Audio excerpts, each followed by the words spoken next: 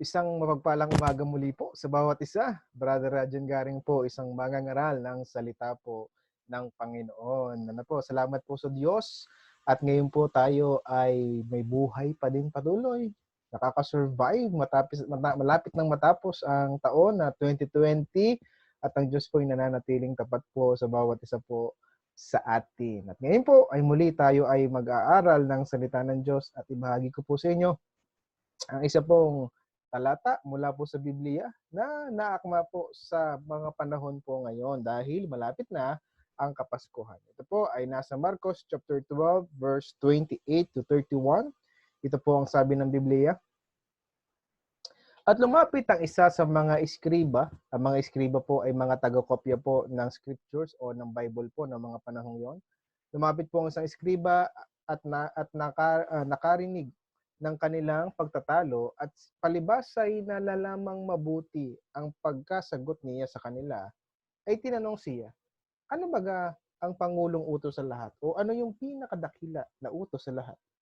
Sumagot si Jesus, ang Pangulo ay pakinggan mo, O Israel, ang Panginoon nating Diyos, ang Panginoon ay iisa. At iibigin mo ang Panginoon mong Diyos ng buong puso mo, at ng buong kaluluwa mo, at ng buong pag-iisip mo, at ng buong lakas mo. Ang pangalawa ito, iibigin mo ang iyong kapwa gaya ng iyong sarili. Walang ibang utos na hihigit sa mga ito. Wow, salamat po sa Panginoon. Ang ating pong pag-aaral ay patungkol po sa dakilang utos ng pag-ibig. Tayo muna po yung manalangin. Aming Diyos amang dakila at makapangyarihan sa lahat. Maraming salamat po uli sa umagang ito na ipinahiram niyo po sa bawat isa na kami po ay may buhay, lakas at karunungan at nawa sa aming pong pag-aaral ng iyong salita ay samahan niyo po kami. Kayo po ang magpaunawa, kayo po ang gumabay sa tulong po ng Holy Spirit. Siya po ang sa amin po ay tutulong Panginoon. Maraming salamat. Kayo po ang tanging maitaas sa lahat. Ito po yung samudalangin namin sa pangalan ng Panginoong Yesus. Amen at Amen. Yan, muli ay isang mapagpalang araw po sa bawat isa. Sana po kayo nasa maayos na kalagayan sa mga oras na ito. Yun nga po, ang ating pong pag-aaral ay patungkol po sa pag-ibig, pagmamahalan. Sabi nga po ng marami na ngayong Pasko, dapat po ay nag-share tayo ng pagmamahal sa kapwa po natin. At napakagandang gesture po noon. Ano po, napakagandang gesture. Ito po yung pagkakataon na talagang ibahagi natin ang pagmamahal. Pero, syempre po mga kapatid, alam natin at sinasabi ko po sa inyo na ang Paskong ito ay hindi patungkol lamang doon sa pagbibigay ng pagmamahal. Kung bakit natin ito i-share ay dahil po ipinaramdam sa atin ng Panginoon ang dakilang pag-ibig at yun po yung pagbibigay ng kanyang nag-iisang anak, ang Panginoong Jesus. Ngayon, balik po tayo sa ating pong talata. Kung mapapansin niyo po mga kapatid, sa bahagi pong ito, ang tanong ng iskriba, ano po ang pangulong utos? Ano po yung dakilang utos sa lahat? Ano po yun? Yung pinakauna talaga at walang hihigit na utos. At yun po, take note of that yung question. Ano daw ang pinakadakila? Yung pinakaunang utos. Yun lang po ang tanong. Ano po? And then, sumagot po ang ating Panginoon. Ito daw po yung pangulong utos.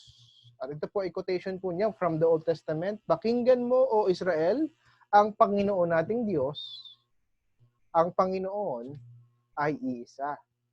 At iibigin mo, ito na po yung utos, at iibigin mo ang Panginoon mong Diyos ng buong puso mo, at buong kaluluwa mo, at buong pag-iisip mo, at buong lakas mo. Yan po ang dakilang utos, which is napaka obvious naman. Ano? Kung niyo pong nalalaman ang commandment number 1, wala kang ibang Diyos liban sa Kanya. Yun po ang sa Ten Commandments, yun po ang utos. At nakapaloob na po doon yung bahaging ito, na kung iibigin mo man ang Panginoon, at siya lamang ang iyong sambahin mo siya ng iyong buo, hindi kalahati, hindi po 3/4 o 99%, kundi 100%, which is, actually, mga kapatid, napakahirap ang utos nito. Ano po? Na iibigin mo. Pero dapat natin pinagsusumikapan na panatilihin natin talagang iniibig ang Panginoon ng hindi basta, kundi ng ating lahat-lahat at sa buong pagsusumikap at pagmamahal natin. Ano po? Which is, mga kapatid, talagang nararapat lang. Dahil ang Diyos po ay karapat-dapat ibigin. Ano? Ang Diyos po bilang siya na nag-iingat po sa atin, nag-iingat, pumoprotekta, nagpo-provide ng ating pangangailangan, nag-ingat sa atin sa mga panahon ngayon kung bakit tayo buhay pa ay dahil ng Panginoon. Marapat lamang talaga na siya po ay ating mahalin at ibigin. Pero hindi po yun ang topic.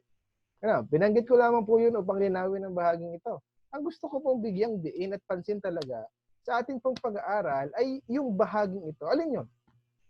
Ang tanong kasi, ano po ang dakilang utos? Ano yung una? Ano yung pinakauna? At sinagot po ng Panginoon, siyempre. At alin yun? Ang ibigan ng Diyos ng iyong buong pagkatao. Pero ang nakapagtataka, kaibigan, kapatid, sa talatang ito, nasagot na naman ng ating Panginoon kung ano yung dakilang utos. Pero sa verse 31, mababasa natin dito, at ang pangalawa ito, ibigin mo ang iyong kapwa gaya ng iyong sarili, walang ibang utos na higit sa mga ito. Yun. Kaibigan, pansinin mo ito. Sinagot na ng Diyos ang tanong. At ang tanong naman ay, ano lang yung pinakadakila? Ano yung pinakauna? Yung pangulo. And yet, after niya sabihin kung ano yung una, sinabi pa rin niya kung ano yung pangalawa. Tama? Ano? Which is parang nakakapagtaka. Nakakapagtaka isipin na ang hinihingi lang naman nung nagtatanong, ano yung dakila? And yet, sinabi pa rin niya kung ano yung pangalawa. Well, the simple reason is this. Ang tunay na pag-ibig sa Diyos ay nakikitaan ng pag-ibig sa kapwa. Opo, hindi mo pwedeng sabihin na mahal mo ang Diyos and yet hindi mo mahal ang kapwa mo. Ang tunay na nakakaintindi, ang tunay na nakakaunawa ay yung tunay na pag-ibig ng Diyos ay yung nakaunawa at nakaramdam nito. Maiibig mo lamang ang iyong kapwa ng tunay kung naintindihan mo ang pag-ibig ng Diyos. Ano po ang ibig kong sabihin sa bahaging ito? Mga minamahal, tayo pong mga tao, we tend to love because of benefits. Dahil kailangan natin, may pangangailangan tayo, may hinihingi tayong kapalit. Ang tinutukoy pong pag-ibig dito, mga minamahal, sa kapwa, ay yung pag-ibig gaya ng sa iyong sarili. Ano pong ibig sabihin po ng gaya ng iyong sarili? Kung ano yung pangangailangan mo, kung ano mo yung alam mo yung kailangan mo, kung ano yung gusto mong mangyari sa iyong buhay, dapat ganun din ang ninanais mo sa kapwa mo. Opo, na talagang iniisip mo sila to the point minsan nga inuuna pa natin sila kaysa sa ating mga sarili. Yan po ang pag-ibig po sa kapwa, hindi dahil kailangan, hindi dahil mataas lang, hindi dahil kaibigan mo lang, kundi dahil talagang mahal mo sila at minamahal mo sila, sino pa man sila sa iyong buhay. Kahit nga kaaway, actually may utos din po ang ating Panginoon na ibigin mo ang iyong mga kaaway. Ipag-pray mo sila. Yun po ay nasa Matthew chapter 5. Mga minamahal, what I mean is this. Kung bakit binanggit pa rin ng Panginoon ang pangalawang dakilang utos na ito dahil hindi mo ito mapaghihiwalay. Dahil ang tunay na pagmamahal sa Diyos ay nakikita sa pagmamahal mo sa tao. Pwede nating sabihin, I love you, Lord, praise the Lord, hallelujah, amen. And ang tanong na ito, kumusta ka sa kapwa mo? Anong nakikita ng mga tao sa trato mo sa iba? O sa kanila? Mga kaibigan, paano natin iniibig ang ating kapwa? Nakikita ba sa buhay mo? At ito po yung uri ng pag-ibig na hindi po ipinagmamalaki sa iba. Ito po yung pag-ibig na hindi kailangang ipakalat, hindi kailangang i-selfie, hindi kailangang i-video, hindi kailangang i-post at ipagmalaki at kung ano man. Ito ay mga uri ng pagtulong at pagbibigay at pag-ibig sa tao na walang hinihinging kapalit. Hindi rin kasikatan, hindi rin recognition, hindi kahit appreciation ay hindi dapat natin ine-expect, mga minamahal, basta ang pagtunay na pagmamahal ay pagbibigay. Alam kong tayo po ay naghihintay din naman talaga ng appreciation. Gusto rin naman natin tayo ma-appreciate dahil tayo po yung mga tao. Pero ang tunay na pag-ibig po ay ang pagbibigay sa kapwa natin. Katulad ng sa Panginoon, na iniwan niya ang kanyang sarili para lamang sa iyo at sa akin. Iniwan niya ang lahat-lahat ng kanya para lamang sa atin at wala siyang hinihinging kapalit. Ano pong ibig sabihin na wala siyang hinihinging kapalit? Mga minamahal, hindi mo siya kayang bayaran. Hindi mo siya kayang bayaran. Hindi mo kayang bayaran at tumbasan yung ginawa ng Panginoon, ang hinihingi lamang niya ay ang iyong pananampalataya. Na siya'y namatay doon sa krus ng Kalbaryo para sa iyong mga kasalanan at nais niyang ikaw ay iligtas sa apoy ng impyerno at kaparusahan ng Diyos. Tingnan niyo po ang mga talatang ito na magtuturo sa atin ng tunay na pagmamahal at pagbibigay sa ating kapwa. Sabi po ng Mateo chapter 6 verse 3, dapat pagka ikaw ay nanglilimos, panglilimos po ang ginamit na example po dito. Huwag malalaman ng iyong kaliwang kamay, ang kaliwa, ang ginagawa ng iyong kanan. Anong tinuturo diyan? Kung ano mang ginawa nito, huwag nang malaman ito. Dahil ang mga interpretasyon po diyan ay ganito. Kung ano mang ginawa nito, hindi ito naghihintay ng kapalit. O kaya kung ano mang ginawa nito, ay hindi na ipinagmamalaki nito. Hindi na pinamamalitan nito. Para bang pag ito'y nag-abot, may nakaselfie agad na gano'n. Takit tayo, ako yung nanlilimos. Hindi po ganyan. Mga minamahal, ang tunay na pag-ibig ay ang pag-ibig na walang hinihintay na kapalit. Kaya nga sabi ko sa inyo, kaya magkasama yung dakilang utos, yung pag-ibig sa Diyos at saka pag-ibig sa kapwa. Why? Dahil sa katotohanan ito. Na ang tunay na pag-ibig sa tao ay magagawa mo lamang kung naiintindihan mo ang pag-ibig ng Diyos. Kung naranasan mo ang pag-ibig ng ating Panginoon. Sabi nga po ng Efeso chapter 6 verse 6, hindi ang paglilingkod sa paningin na gaya ng pagbibigay lugod sa tao. Hindi ka gumagawa ng mabuti, tumiibig sa kapwa para lamang masabi ng mga taong bait-bait naman ni ganon, napakagaling naman ni ganon, napakabuti, napaka-giver naman ni ganon. No!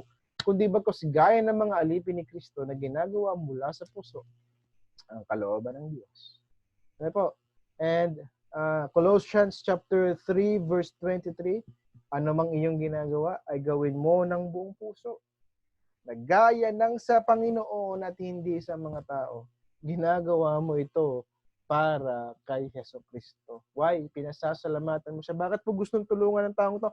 Mahal ko siya dahil mahal ko ang Diyos. Gusto ko siyang tulungan dahil mahal ko ang Panginoon. Nais niyang gawin ko ito. Ang motivation lagi, kaibigan, na hindi ang sarili. Hindi rin for the sake lamang na makitang tumulong, kundi ang pag-ibig ng ating Panginoon. Muli, kaibigan, ang dakilang utos, mahalin mo ang Panginoon ng buong puso mo, buong kaluluwa mo, lakas at pag-iisip mo. At ang pangalawang utos ay ibigin mo yung kapwa gaya ng iyong sarili. Gaya ng naulit ko na kanina, magagawa mo lamang ito kung naranasan mo na at naintindihan mo na ang pag-ibig ng ating Panginoon sa Kristo. Kasi Diyos, iniwan ang lahat, nagkatawang tao. Yun po yung Pasko. Na nagkatawang tao ang ating Panginoon. Isinilang siya bilang tao. At siya po ay nabuhay, na perpektong buhay sa mundong ito. Namatay, isang uri ng kamatayan na hindi mo kaya kamatay. Upang bayaran ang kasalanan ng mga tao. At upang ikaw ay magkaroon ng buhay na walang hanggan, kung ikaw ay sasampalataya na siya'y namatay para sa iyong kasalanan at siya'y nilibing at nabuhay na magulit. Sampalatayanan mo siya.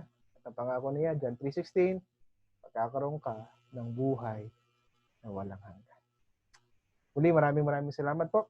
Nawa, tayo pinatugpala ng ating Diyos. Tayo manalangin, Diyos sa mga nasa langit. Maraming salamat po. Tinataas ka namin, iluluwalhati, napakabuti mo. Sana nga po, Panginoon, masumpungan niyo po sa amin. Ngayon, lalo na ngayong season na ito na sinasabing panahon ng pag-ibig, pagmamahal sa kapwa, Panginoon. Sana lalong makita talaga na sa amin itong tunay. Hindi lang sa salita, kundi sa aming mga gawa. Na ang motivation lagi ay ang pagmamahal mo, Panginoon. Maraming salamat. Ito po isang madalangin namin sa pangalan ng aming Panginoon sa Kristo. Amen at amen. Maraming salamat. Purihin po ang Panginoon. Nawa kayo po ay napagpala ng ating pong pag-aaral.